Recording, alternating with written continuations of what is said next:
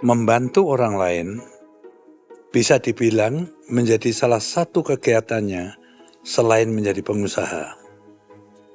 Dengan aksi nyata yang ia tunjukkan, sosoknya berhasil mengajak masyarakat Indonesia untuk lebih peduli dan membantu satu sama lain. Wanita sosialita dengan jiwa sosial yang tinggi, inilah dia Wanda Ponika.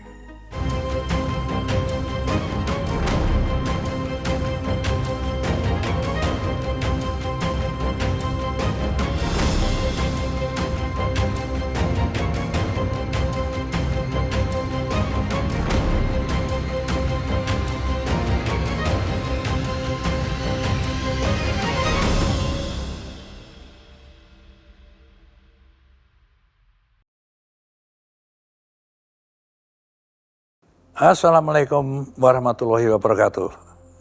Salam sejahtera untuk kita semua. Sahabat Bang Yos, dimanapun Anda berada, bertemu lagi kita di acara Benang Merah Bang Yos. Kalau biasanya tamu saya itu adalah public figure ya, artis hingga komedian. Nah, kali ini saya datangkan pengusaha wanita. Seorang desainer perhiasan yang di setiap usahanya selalu ada misi kemanusiaan di dalamnya. Langsung saja kita sambut Wanda Ponika. Pertama Wanda, gue pengen mengucapkan terima kasih ya kamu mau datang. Aku tahu kamu sibuk banget ya.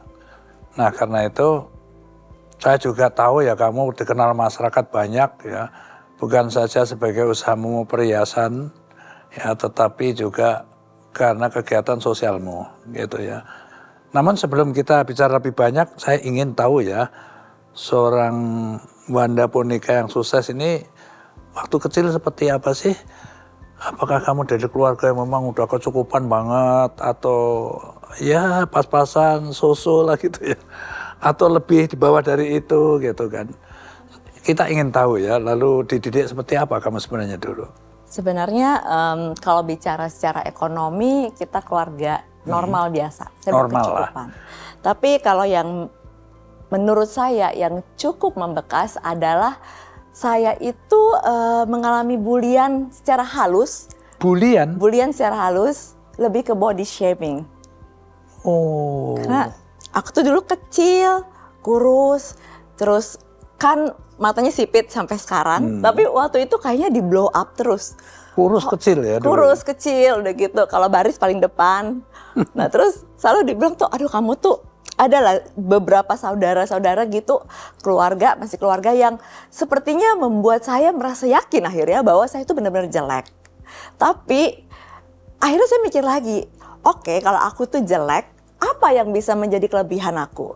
Dari sana saya mulai mulai ikut berbagai macam lomba. Kayak mau mengaktualisasikan diri, mau membuktikan, oh ini anak biarpun jelek, menang lomba nulis, menang lomba melukis, nilainya bagus. Jadi mencari sesuatu biar balance, Bang.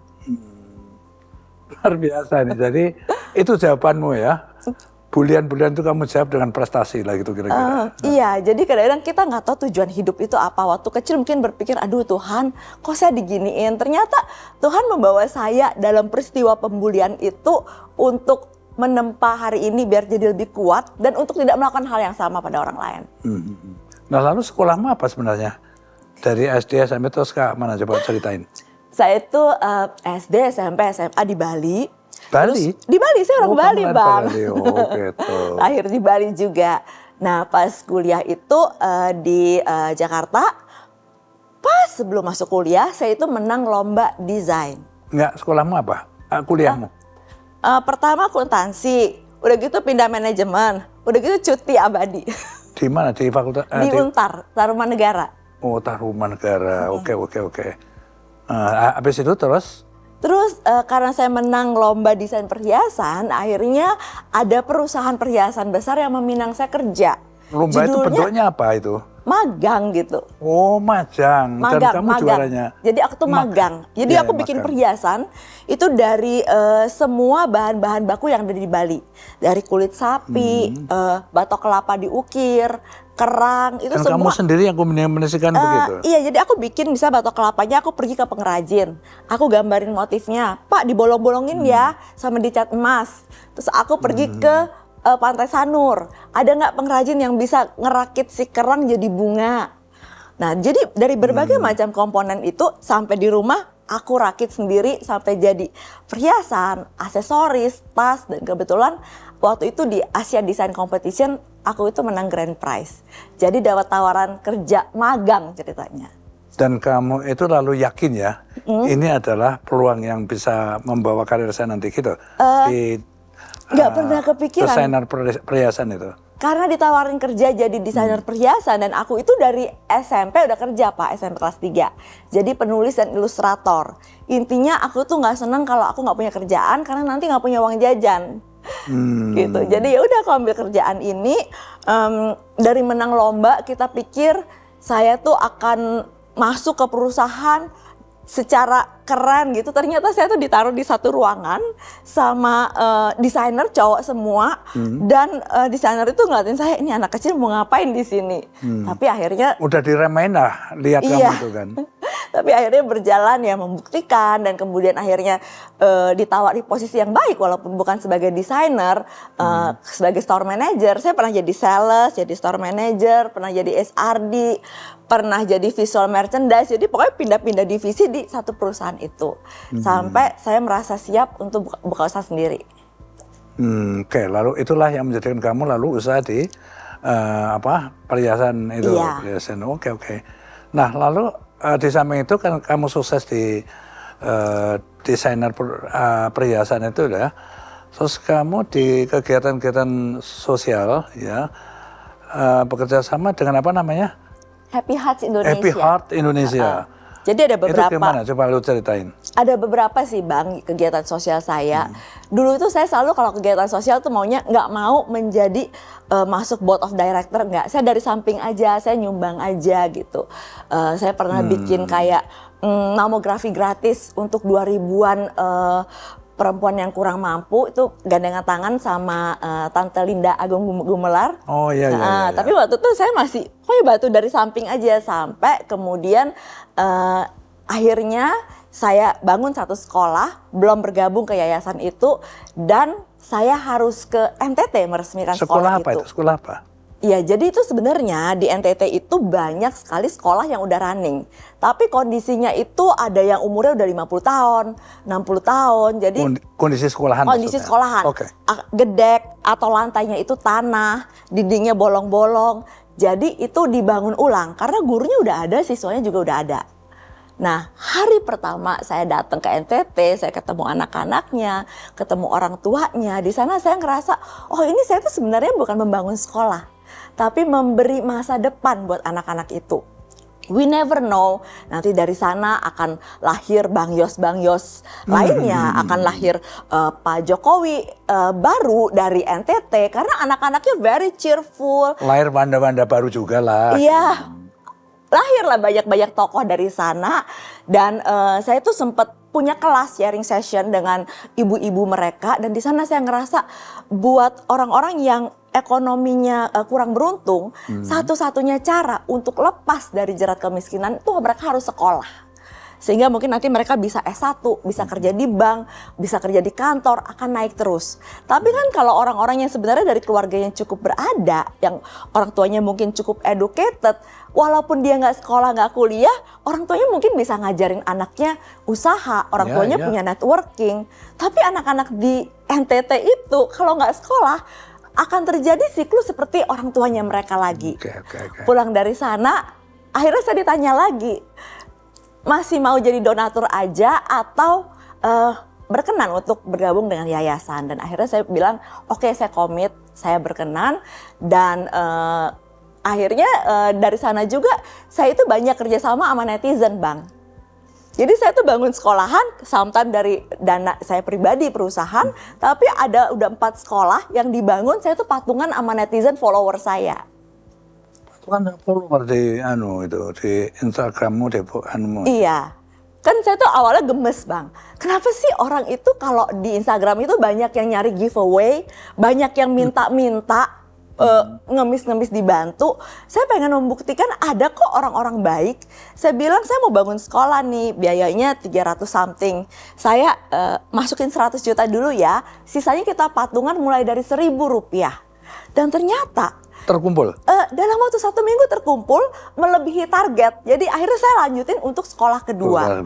Iya, Yang mengharukan itu yang nyumbang 1.000 2.000 juga ada. Artinya sebenarnya netizen itu kalau diajak berbuat baik, mereka berbuat baik gitu. Yes. Jadi ini ya, Wanda ya begini ya. Ini kita bicara lebih makro lagi ya. Iya. Jadi Indonesia ini penduduknya nih, itu nomor 4 terbesar di dunia. Iya. Ya, Cina, India, Amerika, Indonesia.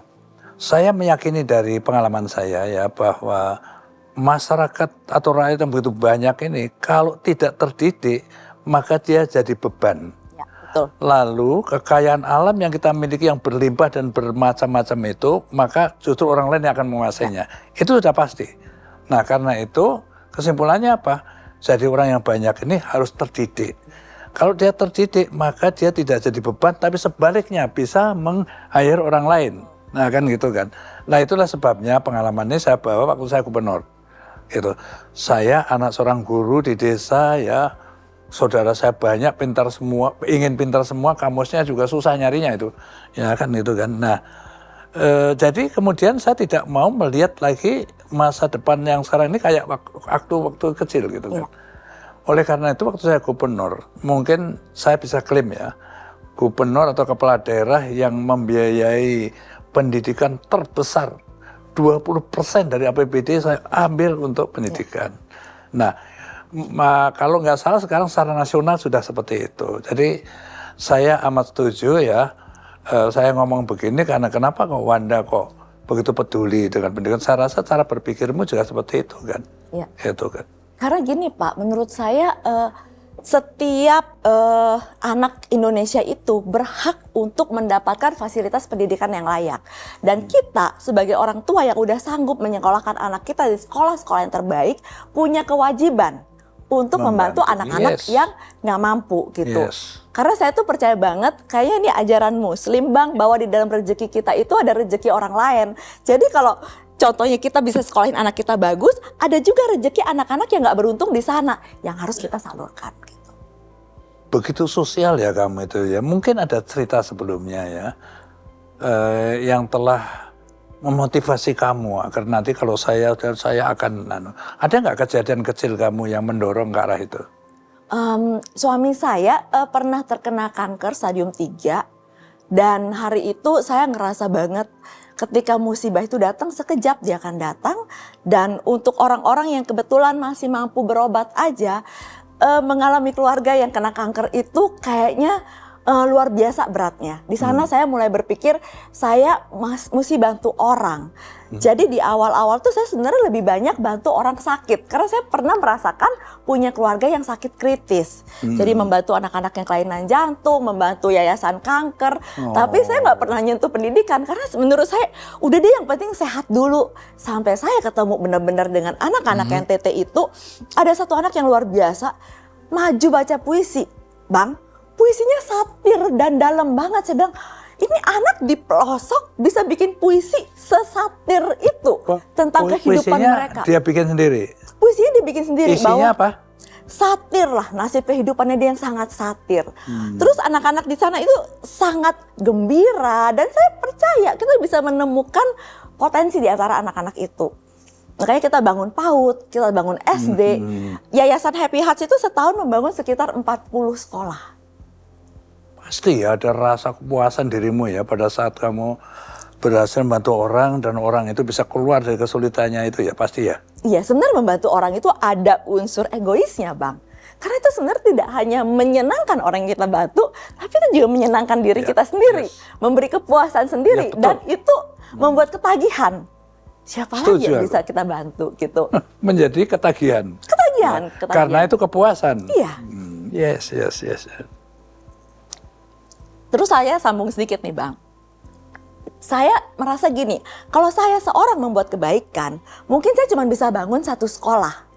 Tapi kalau misalnya saya ngajak orang lain, saya bisa membangun lebih banyak sekolah. Oke. Dan saya menemukan banyak banget orang-orang yang sebenarnya hatinya Ya, baik mampu, Bang. cuman Pengen nggak ada bantu tapi don't know how. Melalui koordinirnya siapa. tidak ada. Lalu Iya. kamu datang. Siapa yang bisa dipercaya? Kayak Ya, siapa yang mau dipercaya itu iya. betul itu. Kayak ini urusan Cianjur ini dalam waktu 24 jam ada ratusan netizen yang mau titip sumbangan ke saya 400 juta Bang dalam 24 jam dan masih lanjut terus. Karena mereka bilang kita kepengen tapi nggak tahu. Kebetulan Pak Kapoldanya, Pak Kapolresnya saya kenal. Jadi saya koordinasi langsung. Jadi Wanda sudah terjun ke sana juga ya? Saya belum ke sana, paling telepon-teleponan aja Tapi dengan sekarang teman-teman sudah polisi sesuatu di sana. itu yang akan kamu bawa sudah ada lah? Oh udah berangkat, Udah siap. bantuan tuh udah berangkat dari kemarin. Udah berangkat, oke. Dan masih terus jalan hampir tiap hari. Luar biasa loh kamu itu. Ya, tidak banyak yang model kayak begini ya. Mau bagi rezeki, mau peduli banyak orang yang susah. Karena dia pernah mengalami. Terus kalau kerja sama saya harus mau kerja sosial Bang. Kalau nggak boleh kerja di perusahaan saya. Oh, Karena gitu. waktu banjir gitu pasti ada anak-anak yang diutus ke lokasi banjir. Kalau kita mau bantu orang, biasanya staf kantor yang survei dulu. Kayak Cianjur ini ada 3 staf yang dibebas tugaskan dari urusan lain, fokus untuk ngurusin donasi ini, kayak gitu. Jadi yang riset saya lakukan ya, Wanda itu orang kecukupan tapi nggak mau bermewah-mewahan gitu kan. Yang saya dengar seperti itu, betul nggak sih? Mungkin sebagai perempuan kadang-kadang saya pengen shopping, tapi saya cuma berpikir ada limit saya Bang. Karena saya tuh udah sejak pertama kali saya bantu anak operasi jantung dan saya tahu biaya yang saya mikir gini, oh operasi anak ini seharga tas saya ya. Tas Hermes lagi kan? Enggak Chanel. Misalnya Iya kan. Sementara tas itu cuma memberikan saya kebahagiaan mungkin 2 bulan pamer pertama aja sejak kan saya gitu. beli. Tapi anak yang sembuh itu dia terlepas dari sakit, dia akan punya masa depan, mungkin nanti jadi dokter. Jadi saya tetap belanja menyenangkan diri sendiri tapi ada takarannya. Ada Kalau udah ukurannya, batas oke. tertentu udah nggak boleh Udahlah, serakah, cukup nggak lah boleh itu. serakah, cukup. Good. Luar biasa. Ya. Nah saya dengar ya, Wanda ini kan sudah berkeluarga ya. 3 anak kan? 3. Jadi ini isinya cowok, Cowok, cewek. cewek. Brandon, Brenda, Bella. Oh gitu. Masih mau tambah lagi enggak kan? Enggak dong. Enggak. Saya 3 Yang paling itu besar just berapa? nice lah. Umur 22, umur 18 dan 17. Yang terakhir, loh 17. jaraknya deket-deket semua ya? Lumayan deket-deket. Oh gitu kan ya. Nah apa sih sebenarnya ya arti keluarga untuk Wanda Ponika itu? Buat saya gini ya. Kalau saya ke anak-anak saya itu Bang ada 2 hal. Satu melalui contoh dan melibatkan mereka langsung. Contoh kalau saya lagi kerja, lagi lembur di kantor atau besok saya mau punya jewelry show, anak saya tuh ikut ngebantuin. Anaknya membantu. 3-tiganya ngebantuin. Ada ditaruh di backstage, cuman pegang nampan, ada bagian nyatet, semua saya libatkan. Kalau saya kerja sosial mereka ikut. Jadi dari TK mereka udah terbiasa saya gandeng di lorong rumah sakit Darmais. Anak-anakmu itu? Iya, untuk ngasihin bantuan ke teman-temannya yang Jadi kanker. kamu ngajarin learning by doing kan gitu kan? Dari sedini mungkin. TK deh mereka ikut ke Darmais. Luar biasa. Ya. Dan sampai hari ini rumah kanker ambu ada 5 rumah singgah itu yang kami pelihara. Itu yang handle Brenda dan Bella. Jadi kebutuhannya mereka sehari-hari buat listrik, air, grocery itu dari rumah ambu. Kalau kurang lapornya ke anak saya yang beliin. Jadi anak pun sudah dididik agar sosial nanti hidupnya, kerja keras gitu kan. Jadi intinya kan bahwa sukses itu tidak datang dengan sendirinya. No, tidak ada kamusnya itu. Setuju. Harus kerja keras, berani mencoba kan gitu. Tiba-tiba aja jadi desainer, malah pernah terpikir kan gitu kan. Tapi nyatanya bakat itu ada di dirinya. Jadi kadang-kadang kita tidak tahu ada bakat di diri kita yang bisa menghidupin kita dan kita tidak bisa membaca itu. Ya, Suka setuju. terjadi begitu ya. Oke. Wanda, dari Instagram, dari YouTube ya yang saya ikutin kan, Wanda itu kan berani lah ya, mengomentari sesuatu, termasuk ke pemerintah nih, kalau ada sesuatu yang dianggap nggak benar, itu saya appreciate, ya. Jadi apa sih yang menjadikan Wanda kok berani amat begitu ya? Padahal banyak orang yang niatnya komentar untuk kebaikan, tapi justru dibully oleh para buzzer gitu kan, ada itu. Apa yang anukan Anda apa latar belakangnya? Saya itu minoritasnya triple kali ya. Perempuan, Tionghoa, terus udah dibilang agama saya Buddha. Jadi kan itu udah yang terminoritas. Saya Ini baru memenuhi ada semua nih, syarat orang untuk jadi terminoritas kalau pengen tahu namanya Wanda Ponika. Tapi keren, contohmu keren. Saya itu dari SMA, Pak. Kalau saya itu ada preman yang macam-macam sama saya nggak terima, saya lawan. Saya pernah dirasisin sama guru saya waktu SMA, Bang. Saya laporin ke kepala sekolah dan ke wakil kepala sekolah. Jadi saya nggak mau didiskriminasi. Jadi mungkin sifat itu memang terbawa, tapi saya juga kadang mengkritik, tapi saya juga sering memuji kebijakan-kebijakan yang saya anggap memang pro rakyat. Jadi intinya yang saya pengen puji, saya puji. Kalau yang saya pengen kritik, saya kritik. Tapi pastinya saya harus cari sumbernya dulu yang jelas. Dan saya selalu membaca berulang-ulang tulisan saya, jangan sampai menjadi hate speech gitu. Super minoritas, coba bahasa baru ini kan. Super minoritas, Jadi, Pak. itulah kondisi kita ya secara makro ya Wanda ya. Kita ini memang diciptakan Tuhan negara paling unik. Ya. Bukan secara geografis saja, tapi secara demografis. Mana ada negara ya, yang etnis ini ya, ada Tionghoa, ada Arab, ada Pakistan, ada India. Jumlahnya besar loh ini. Iya. Ya cukup lah gitu ya. Lalu suku, nggak bisa dihitung lagi berapa ratus. Adat istiadat, budaya, bahasa, agama berbeda-beda. Ini makanya contoh super minoritas itu bagus. Ya. Jangan ada lagi orang anggap dia itu lalu kita harus kucilkan. Bukan. Dia adalah bagian dari kita secara besar. Jadi heterogenitas, kemajemukan itu kalau kita tidak bisa manage yang baik untuk disatukan, itu jadi malapetaka.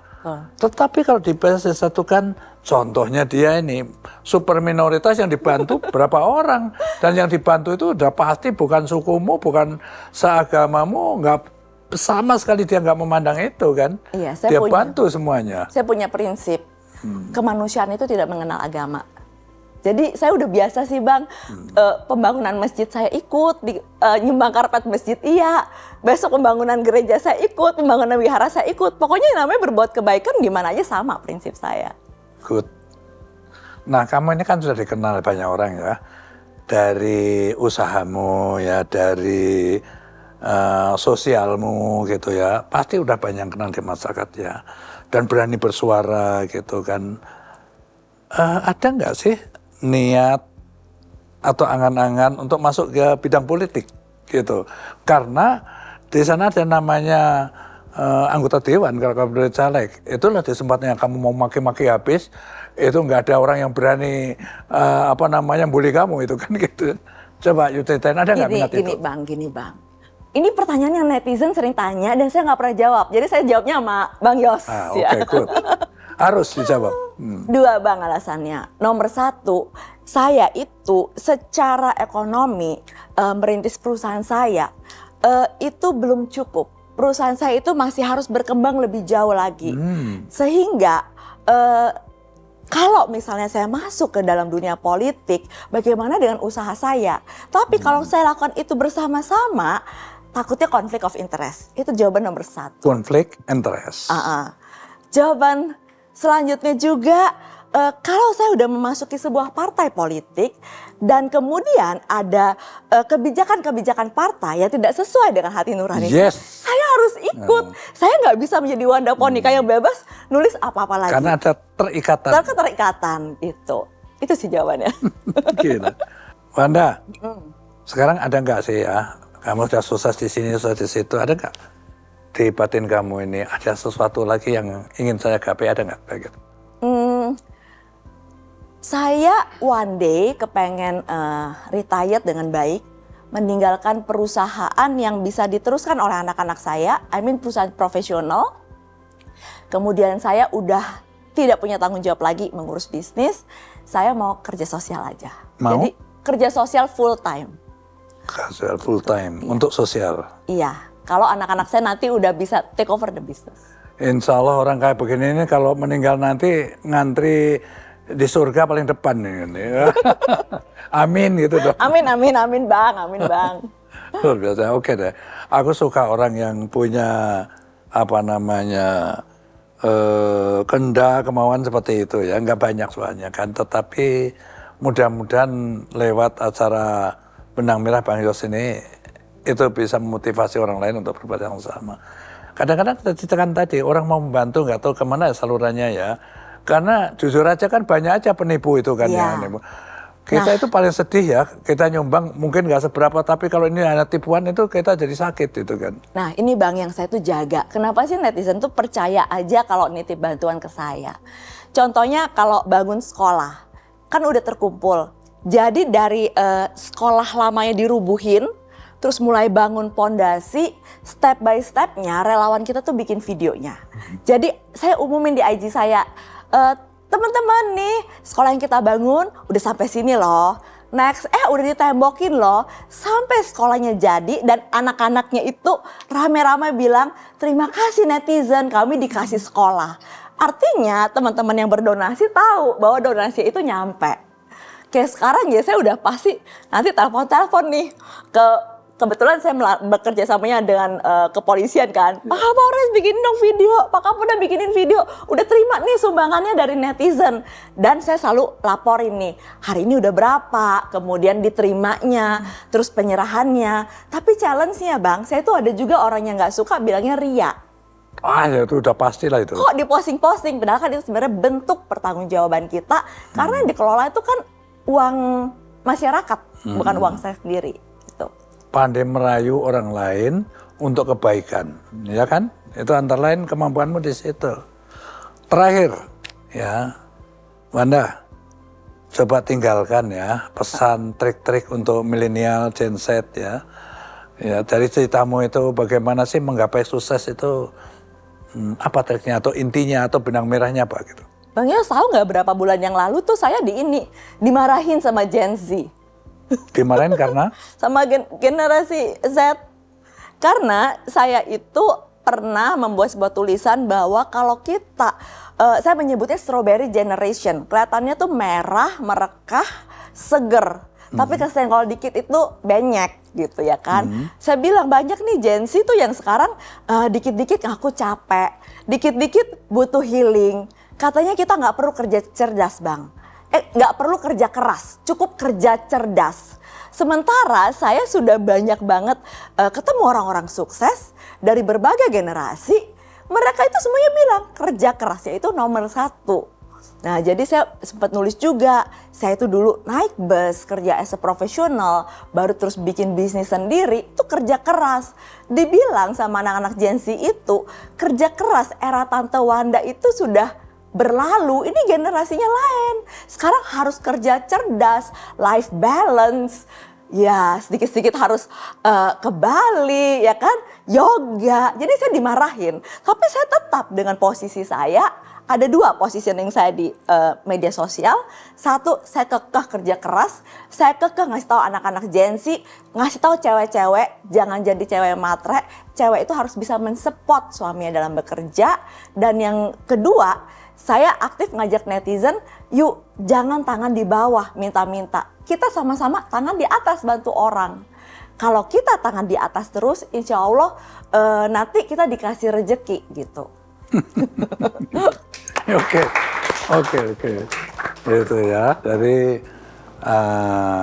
sangat bermanfaat diskusi dengan Wanda Punika ini kan. Banyak sekali yang bisa kita tarik pelajaran, ya, kerja keras itu kamus itu tetap berlaku sampai sekarang gitu kan. Menurut saya itu resep sukses yang abadi. Keras ya, cerdas juga oke pasti, tapi keras sudah pasti aku setuju itu kan gitu kan. Dan bagaimana ya kaum yang memang kelompok the have lah gitu kan. Apa sih ruginya kalau kita sebagian rezeki kita Betul. sumbangkan kepada orang yang, nah nyalurkan lewat Wanda Bonika itu orang makin percaya karena nyata gitu loh, bahwa yang saya sumbangkan lewat kamu itu memang terjadi sesuatu yang bisa kita lihat, rasakan. Oke Wanda, tidak ada kata lain kecuali yang terima kasih bisa berbincang dengan kamu. Saya pun bisa ngambil pelajaran dari dirimu ya. Tidak ada yang bisa saya berikan, tapi saya akan memberikan sebuah kenangan buku biografi saya. Ditanda Gitu, tangan sama Wanda. Bang Yos dong. Hah? Ditanda tangan Oh Bang iya Yos dong. pastilah, ini sudah. Oke, ini kita serahkan dulu nih. Terima kasih Bang Ayo foto dulu Yos. kita.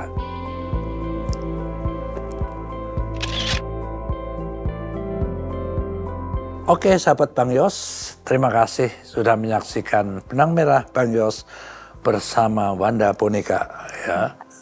Kita akan bertemu lagi di episode berikutnya. Assalamualaikum warahmatullahi wabarakatuh. Merdeka.